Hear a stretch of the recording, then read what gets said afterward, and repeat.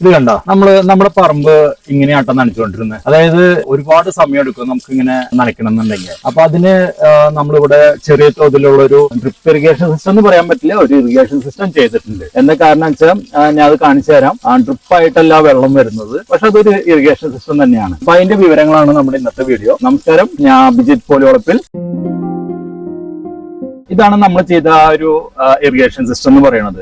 എനിക്കിത് ഏകദേശം 15,000 to 16,000 rupees നമുക്ക് ചെലവായിട്ടുണ്ട്. അത് മാത്രമല്ല, നമ്മളിത് ചെയ്തിരിക്കുന്നത് 60ഓളം ജാതി തൈകൾ നനയ്ക്കാൻ വേണ്ടിയിട്ടാണ്. നമ്മുടെ പറമ്പെന്ന് പറഞ്ഞാൽ ഒരു 1.5 ഏക്കർ സ്ഥലത്തിലാണ് ഇത് കിടക്കുന്നത്. അപ്പൊ തെങ്ങും ജാതിയൊക്കെ കൂടി നിൽക്കണതാണ്. അതുകൊണ്ട് ഒരു 60 ജാതി നമ്മൾ വെച്ചിട്ടുണ്ട്. ആ ജാതി നനയ്ക്കാനുള്ള സംവിധാനത്തിന് വേണ്ടിയിട്ടാണ് ഇങ്ങനെ ഒരു സിസ്റ്റം നമ്മൾ ചെയ്തിരിക്കുന്നത്. നമ്മളിവിടെ ഉപയോഗിച്ചിരിക്കുന്നത് എന്ന് പറഞ്ഞാൽ ഒരു HP മോട്ടറാണ്.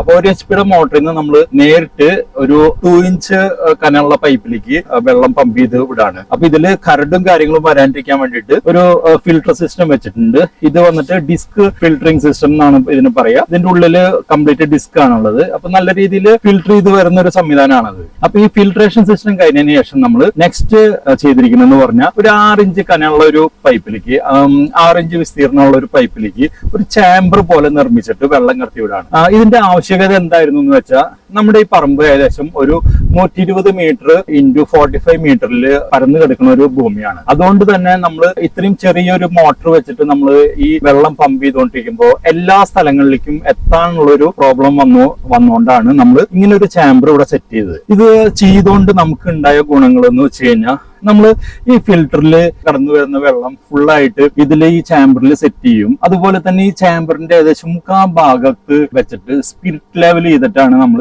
ബാക്കി സിസ്റ്റങ്ങളിലേക്ക് നമ്മൾ വെള്ളം എത്തിക്കുന്നത്. അപ്പൊ അത് സാമ്പിൾ ഞാൻ കാണിച്ചു തരാം.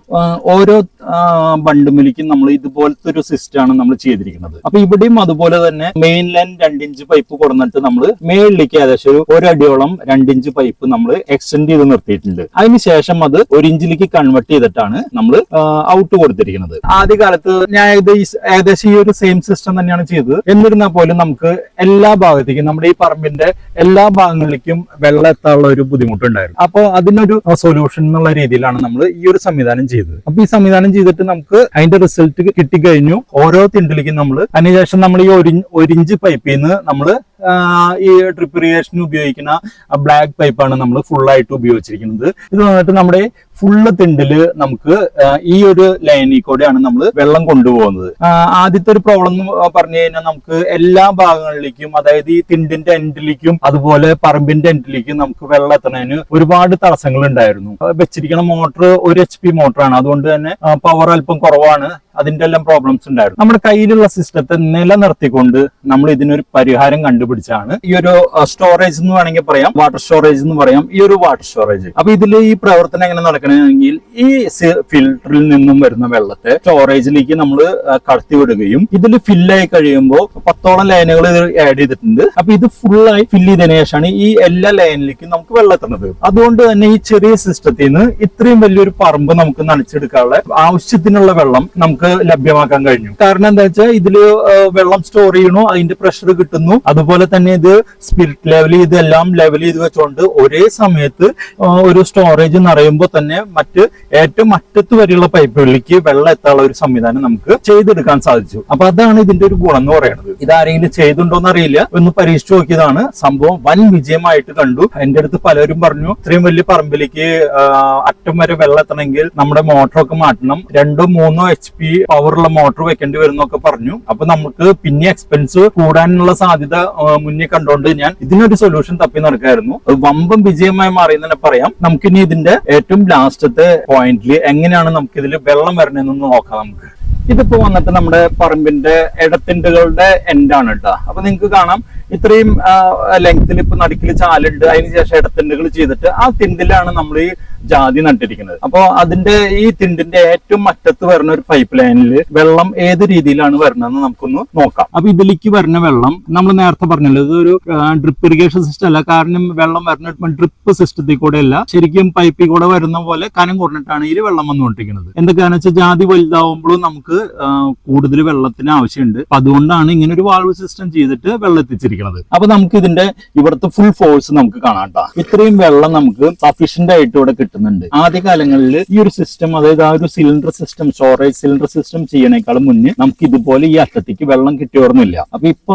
വന്ന വ്യത്യാസമാണ്. ഇനി നമ്മുടെ പറമ്പിന്റെ എൻഡിൽ പോയിട്ട് അവിടുത്തെ വെള്ളം എങ്ങനെയാണ് വരണമെന്ന് നമുക്ക് നോക്കാം. നമുക്കിത് ഏകദേശം ഒരു 1 hour മോട്ടോർ ഓൺ ചെയ്ത് കഴിഞ്ഞാൽ 60 ജാതി തൈകൾക്കും ആവശ്യത്തിലധികം വെള്ളം നമുക്ക് കിട്ടും. ഇനി നമ്മുടെ പറമ്പിന്റെ ഏറ്റവും അറ്റെന്ന് പറയുന്നത് ആ കാണുന്ന മൂല വരെ പോകണം നമുക്ക്. അപ്പോൾ അവിടെ എത്തിയതിനു ശേഷം നമ്മുടെ ഏറ്റവും ലാസ്റ്റ് പൈപ്പിൽ വരുന്ന വെള്ളത്തിന്റെ അളവൊന്നും നമുക്ക് കാണിക്കാം. അപ്പൊ നമ്മൾ ഏകദേശം നമ്മുടെ പറമ്പിന്റെ ഏറ്റവും അറ്റത്ത് വരെ എത്തി. അപ്പൊ ഏറ്റവും അറ്റത്ത് തിണ്ടെന്ന് പറഞ്ഞു കഴിഞ്ഞാൽ ഏകദേശം ഒരു 120 + 45 165 മീറ്റർ ഡിസ്റ്റൻസിലാണ് മോട്ടർ കാണിച്ചു കൊടുത്തുനിന്ന് തൈ നിൽക്കുന്നത്. അപ്പൊ ഇതില് നമുക്ക് ഇപ്പോ നേരത്തെ കാണിച്ച പോലെ തന്നെ അവിടെ അതേ ഫോഴ്സിലാണ് വെള്ളം ഇട്ടിരിക്കുന്നത്. ഇനി നമുക്ക് ഇതൊന്ന് ഓപ്പൺ ചെയ്ത് നോക്കാം. ഇവിടുത്തെ ഫോഴ്സ് ഒന്ന് നമുക്ക് കാണാം. ഇത് കണ്ട, നമ്മുടെ ഏറ്റവും മറ്റത്തെ പൈപ്പിൽ പോലും നമ്മൾ അവിടെ സ്റ്റാർട്ടിങ്ങിൽ കണ്ട അതേ ഒരു ഫോഴ്സ് ആണ് നമുക്ക് ഇവിടെ ലഭിക്കുന്നത്. അപ്പോ അതിനുള്ള കാരണം എന്ന് പറഞ്ഞു കഴിഞ്ഞാൽ നമ്മുടെ ഈ ഒരു സിലിണ്ടറിക്കൽ വാട്ടർ സ്റ്റോറേജ് സിസ്റ്റം തന്നെയാണ്. ആദ്യം ഇതില്ലാതെ ചെയ്തു നോക്കി നമുക്ക് ആവശ്യത്തിനുള്ള വെള്ളം എല്ലായിടത്തേക്കും ലഭിക്കുന്നുണ്ടായിരുന്നില്ല. ഈ ഒരു സംവിധാനം ചെയ്തതിന് ശേഷമാണ് നമുക്ക് ഇത്രയധികം വെള്ളം നമുക്ക് എല്ലായിടത്തേക്കും കിട്ടി തുടങ്ങിയത്. കൂടുതൽ സ്റ്റോർ ചെയ്യണോണ്ട് നമുക്ക് അവിടേക്ക് ആ ഷോർട്ടേജ് നമുക്ക് പരിഹരിച്ച് വെള്ളം എത്തിക്കാനുള്ള ഒരു സംവിധാനം കൂടിയായിട്ടാണ് ഈ ഒരു സിലിണ്ടറിക്കൽ സ്റ്റോറേജ് വർക്ക് ചെയ്യുന്നത്. ഇതാണ് നമ്മുടെ മോട്ടർ വന്നിട്ട്. ഇത്രയും ചെറിയ മോട്ടറിൽ നിന്നാണ് നമ്മൾ ഏകദേശം 1.5 ഏക്കർ പറമ്പ് ഫുള്ളായിട്ട് നനച്ചെടുക്കുന്നത്. അപ്പോൾ നിങ്ങൾക്ക് ആർക്കെങ്കിലും ഇത് ചെയ്തു നോക്കണം എന്നുണ്ടെങ്കിൽ ട്രൈ ചെയ്യാം. നല്ല ഉപകാരപ്രദമാണ്. ഉദ്ദേശിച്ചതിനേക്കാൾ കൂടുതൽ നമുക്ക് അതിൽ നിന്നൊരു റിസൾട്ട് നമുക്ക് ലഭിച്ചു. അതുകൊണ്ട് തന്നെ ഞാൻ ഈ സിസ്റ്റത്തിൽ ഹാപ്പിയാണ്. അപ്പൊ വീഡിയോയെ കുറിച്ച് എന്തെങ്കിലും സംശയങ്ങൾ ഉണ്ടെങ്കിൽ നിങ്ങൾക്ക് കമന്റ് ബോക്സിൽ എഴുതി രേഖപ്പെടുത്താം. നമുക്ക് അറിയണ കാര്യങ്ങളാണെങ്കിൽ നമ്മൾ എല്ലായ്പ്പോഴും ചെയ്യുന്ന പോലെ തന്നെ കൃത്യമായ സമയത്ത് നിങ്ങൾക്ക് അതിനുള്ള മറുപടി നൽകുന്നതായിരിക്കും. അപ്പോൾ നമ്മുടെ ഡ്രിപ്പ് ഇറിഗേഷന്റെ വീഡിയോ ഇവിടെ സ്റ്റോപ്പ് ചെയ്യാണ്. അപ്പോൾ എല്ലാവർക്കും നന്ദി.